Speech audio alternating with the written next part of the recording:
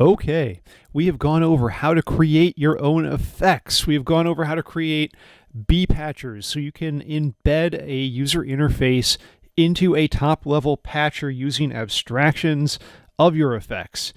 But now, let's take a look at an even easier way to do effects.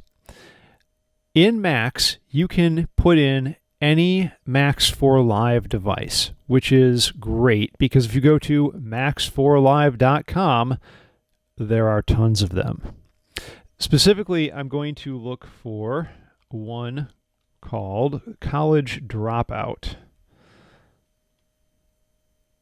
This guy right here. This is a really, really cool audio slacker simulator that affects the volume and pitch dropouts of analog tape or other systems.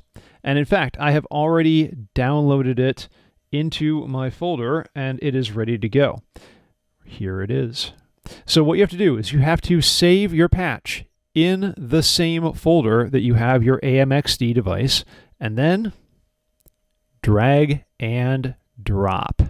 And really, that is pretty much it. What we're going to do is we're going to connect up the output of audio 1 and 2, and then I'm going to connect good old Anton.wave here. And if I bypass it and turn it off, we should hear just Anton.wave.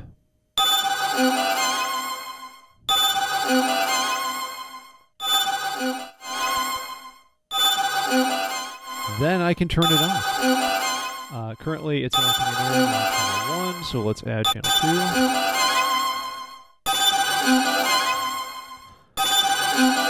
Now I can increase the probability of a tape dropout.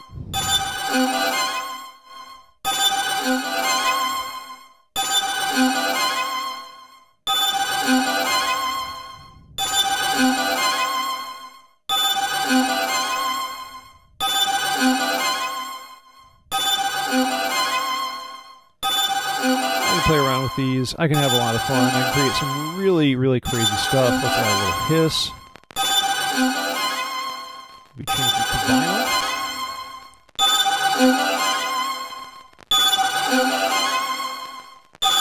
vinyl, etc. So there's a lot of cool options on this that I can play around with. But I know what you're thinking. What if I want to have these as something that I can target with a knob for some other thing, if I want to have a LFO connect to it, whatever? How do I know what the different targets I can have are in this? And that's actually, it's really easy to do. What you need to do is to first hook up a print object. We'll clear the console. And that print goes to the rightmost outlet. Then we're going to create a message, get params, that we will connect to the left inlet. If I hit that, then over here in the console, it gives me a list of all of the parameters that are in the device. So, for example, let's do, how about depth? So I'm going to create a message, depth, $1, connect that up, and then just to prove that I am doing this, I'm going to create a new live.dial and connect that, and watch what happens to the depth as I move that up and down. The depth over here also moves up and down. Cool. But you'll notice that some of these have multiple words. So we've got depth variation. How would I deal with that? Well, I'm going to duplicate this because I don't want to have to type it again. Too much. What I would do there is I'm going to use what's called a string. So I'm going to put depth variation inside of quotation marks, and then I'm going to connect that up.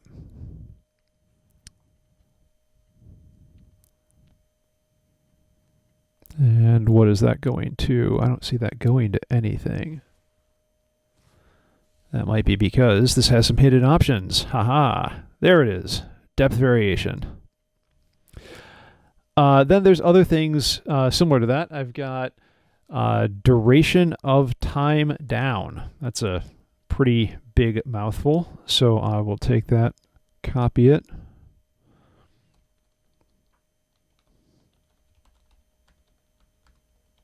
And just make sure that those are inside of quotes. And there it is. That apparently corresponds to the gap. Why they could not have labeled that as gap, I don't know. But if I turn it back on,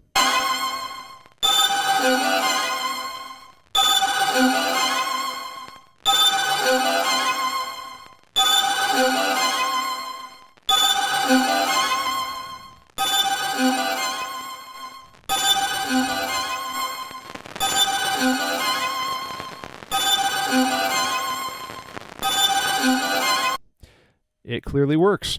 So this is a really cool thing you can do. You can get multiple AMXD devices from MaxForLive.com. You can go under there and check under audio devices and find all sorts of cool audio devices that, as long as you save them in the same folder as your Max patch, you can just drag them and drop them in. They're always going to be stereo. Input on the left is going to be channel 1. Middle input is going to be channel 2. Left output is channel 1, and middle outlet right after that is channel 2.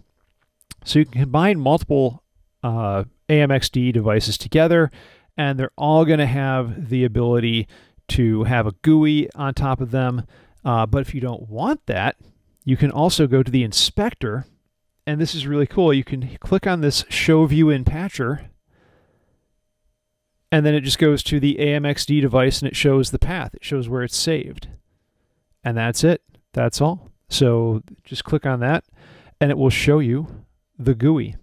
So it's a very cool way to easily take effects that you're looking for that maybe you just don't have any idea of how to possibly create them and get them into your Max patch quick, simple, and effective.